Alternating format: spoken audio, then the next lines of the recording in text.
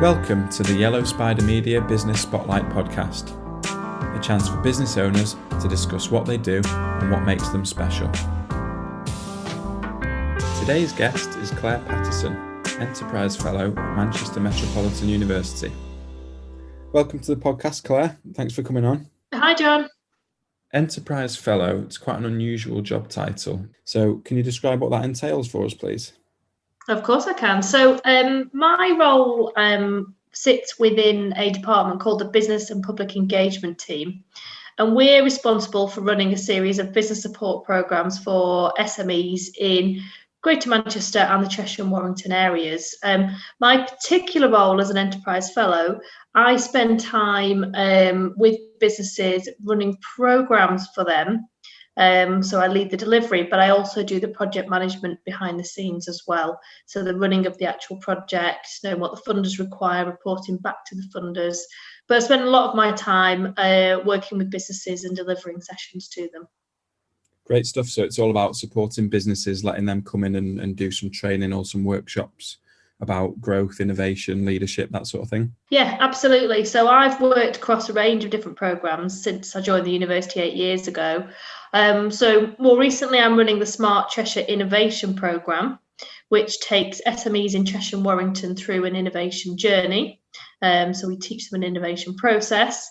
I've worked on the Greater Manchester High Growth Network Programme, which works with SMEs in Greater Manchester with high growth potential. And then I've been working on other programs as well. So I currently work on a Made Smarter leadership program, which takes manufacturers through a course, through a journey that's going to help them develop projects that will enable them to digitize aspects of their organizations.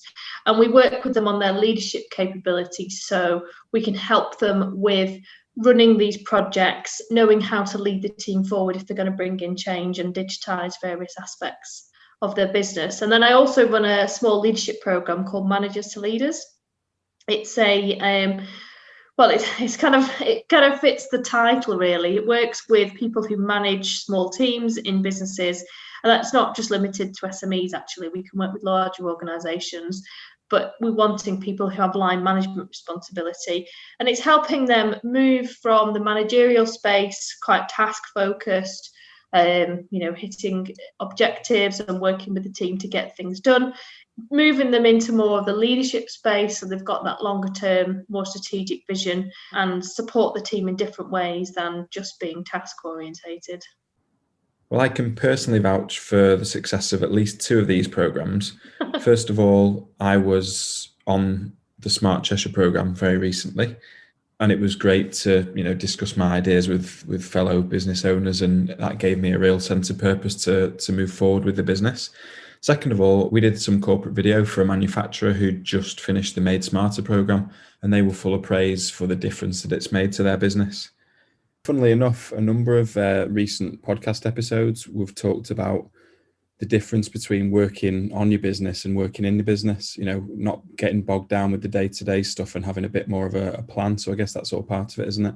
Yeah, absolutely. And all of our programs really focus on that time to work on your business and not in your business. What we encourage businesses to do is to block out the time to make sure that they're working on those strategic elements or leadership capabilities or innovation projects, and that you're not pulled back into that day-to-day grind of running the business, dealing with clients, looking after your team. And in the recruitment process, we have that conversation with businesses as well, because right now, things are changing quite quickly with businesses, and we want to make sure that they're in the right headspace, the business is in the right place to take on this kind of program, because it will create change within an organization. And if you're pulled back into the day-to-day all the time, you won't be able to enact the changes that you'd like to do.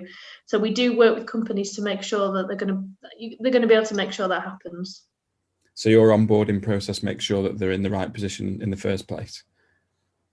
Yeah, and that links to the different kinds of programs we have as well. So for the Smart Cheshire Innovation Programme, we're looking to speak to companies who are in that innovation space. They're thinking about ideas, they're thinking about their processes, and are ready for the change that their idea is going to bring to their business.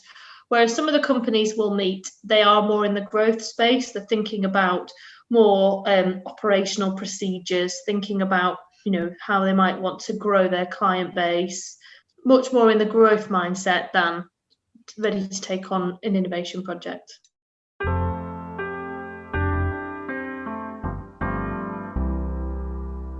Some businesses might not want to innovate, they might not want to reinvent the wheel. And I guess at the moment, a lot of businesses are just happy that they're still open rather than to innovate and grow.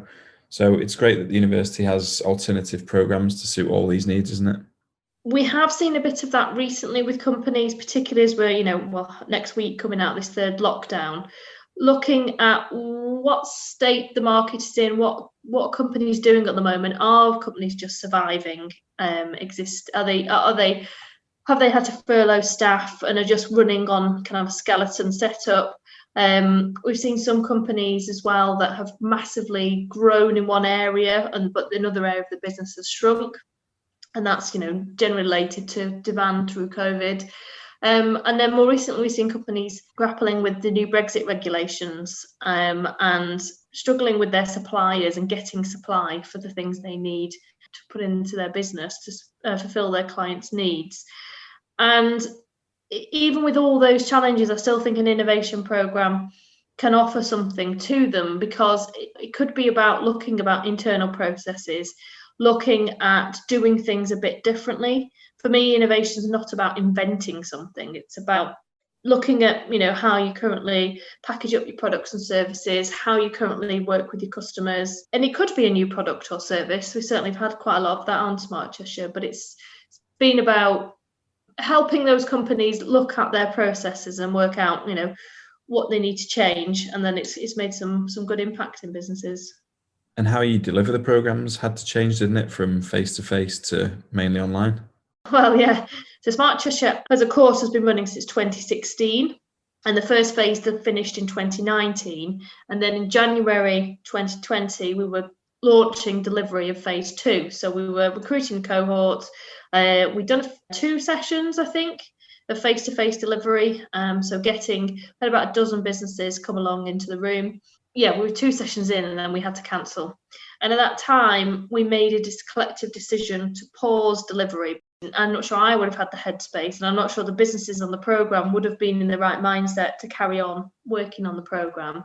So we paused it and we relaunched it in September with an online version. And I spent the summer of 2020 rewriting the programme, looking at what would transfer into an online environment, what resources we might need as well. We've developed a learning management system. So a bit like the university has a platform called Moodle, which is available to students. So it's like it's a virtual learning environment that we've developed that has the resources for businesses to back up the sessions, where we might have given them a piece, printed out some worksheets during the session, and traditionally spent time with big pieces of paper and post-it notes as well. So trying to think about ways that we could do some of that online as well.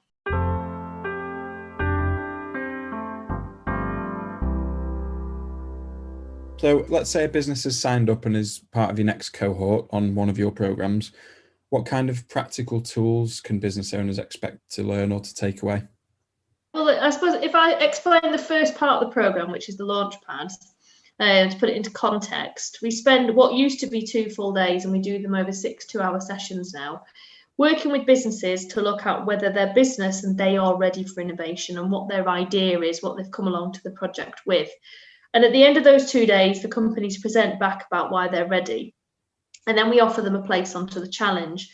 And the challenge is where they'll get lots of tools and techniques to help with the innovation process. So some of the tools that we cover are ideation techniques, so helping businesses understand what the difference is between creativity and innovation, which help them realise that you shouldn't stop at your first idea, basically. It still might be the idea you take forward, but you need to expand and develop it further.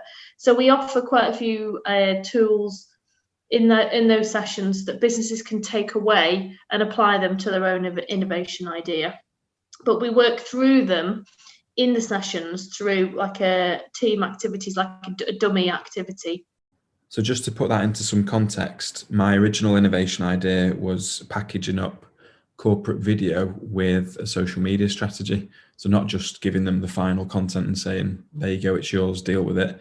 It was a case of, now you've got this content, how do you make the most of it? What platforms do you need to use? How often do you need to post? What different elements of the content can you use to really maximize that? And the group sessions really did give me that confidence that it was an idea worth pursuing. But it's not just ideation techniques, is it? We teach techniques to evaluate ideas as well. So how you can actually go out to your real customers, to the market, and test those ideas. Because what we want to make sure is, if you're going to work through this new idea, through this innovation process, that you've got something that the market wants. Basically, we kind of say about, if you're going to ask your mum to buy it, she's going to say yes. But if you're going to ask your business contacts to go, will you buy this now? That's really good data, and it kind of teaches some techniques to go and evaluate those ideas and develop them further. And also then we cover how to create a minimal viable product, and that's something that we encourage companies to do, to allow them to test their product with the market, and also develop the idea that your minimal viable product could be something you should really work towards having that as a saleable product as itself, and then develop it further, rather than thinking you need to go straight to the final product with all the bells and whistles. And there's lots of examples in the business world where people have developed these big flashy new digital programs, for instance, spent millions on all the functionality on it, and then realizing that at the end that people only ever use one function. So that's what we're trying to avoid. Well, yeah. And again, using my experience, the minimal viable product that you mentioned is actually this podcast. We're getting quite meta now, but being in a group environment on the course, you have that accountability and that sort of, you can bounce ideas off each other, and I guess that breeds some sort of innovation itself, doesn't it? Absolutely, yeah. So we get back together again after the sessions. The rest of the group want to know, they're vested in you, of, what have you got up to? What's your feedback? How have you got on with your particular test? And a big area of that is the hackathon element of the challenge, where we provide businesses with the opportunity to kind of update on their innovation and allow the rest of the group to ask questions. And there's lots of idea sharing and lots of contacts as well. Oh, have you talked to this person? I can put you in touch with this supplier. There's quite a lot of building of the network that happens on the program as well.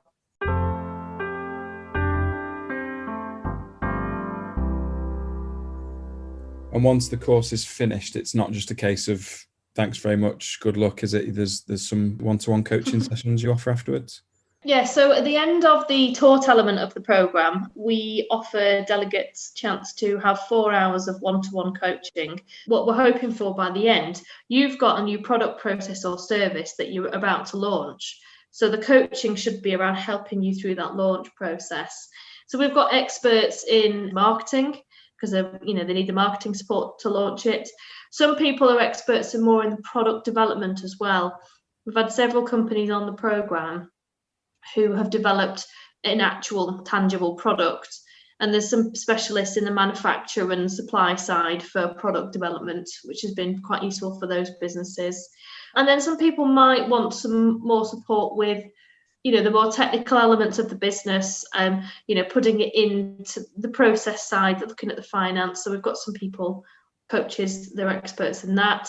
So we've got people that cover quite a breadth of knowledge, and it's the business themselves who choose who's best to work, who they want to work with.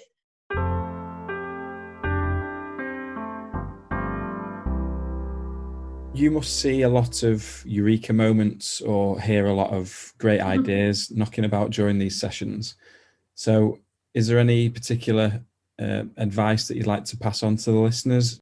Yeah, so I think the big thing that comes out of the work we've done with companies is around knowing your customers. So quite a lot of the eureka moments have come from understanding the customer base and realizing that innovation doesn't have to be invention. You can innovate and develop a new process or a new product to your existing customers. And that in itself is innovation. And that that's created many eureka moments for our businesses. Great. So it's understanding how you need to develop rather than trying to shoot for the moon, I guess. Yes, although we do have a few businesses that do shoot for the moon. Your programs are continuing in 2021. So if anybody wanted to get in touch and sign up, how can they do that? Yeah, so we'll continue delivering this program. Well, it's actually till 2023. So if people are interested in signing up, probably the best way is to go onto the Centre for Enterprise website on Manchester Metropolitan University's website. So if you Google MMU Centre for Enterprise, it'll take you to our homepage. Click on Smart Cheshire, and then you can express interest, and one of the team gets in touch and starts that conversation. Well, thank you very much, Claire. That's really insightful. I'm sure these programs will have lots of benefits for the businesses that join up this year and beyond. Yeah. I really love working with businesses and seeing what happens and supporting them through it. So yeah, we look forward to working with some more throughout the rest of the year. Good stuff. Thanks again for coming on, and I'll speak to you soon. Thank you. Bye. Thanks for listening to the Yellow Spider Media Business Spotlight podcast. If you'd like to be a guest on the show, please get in touch at www.yellowspidermedia.com.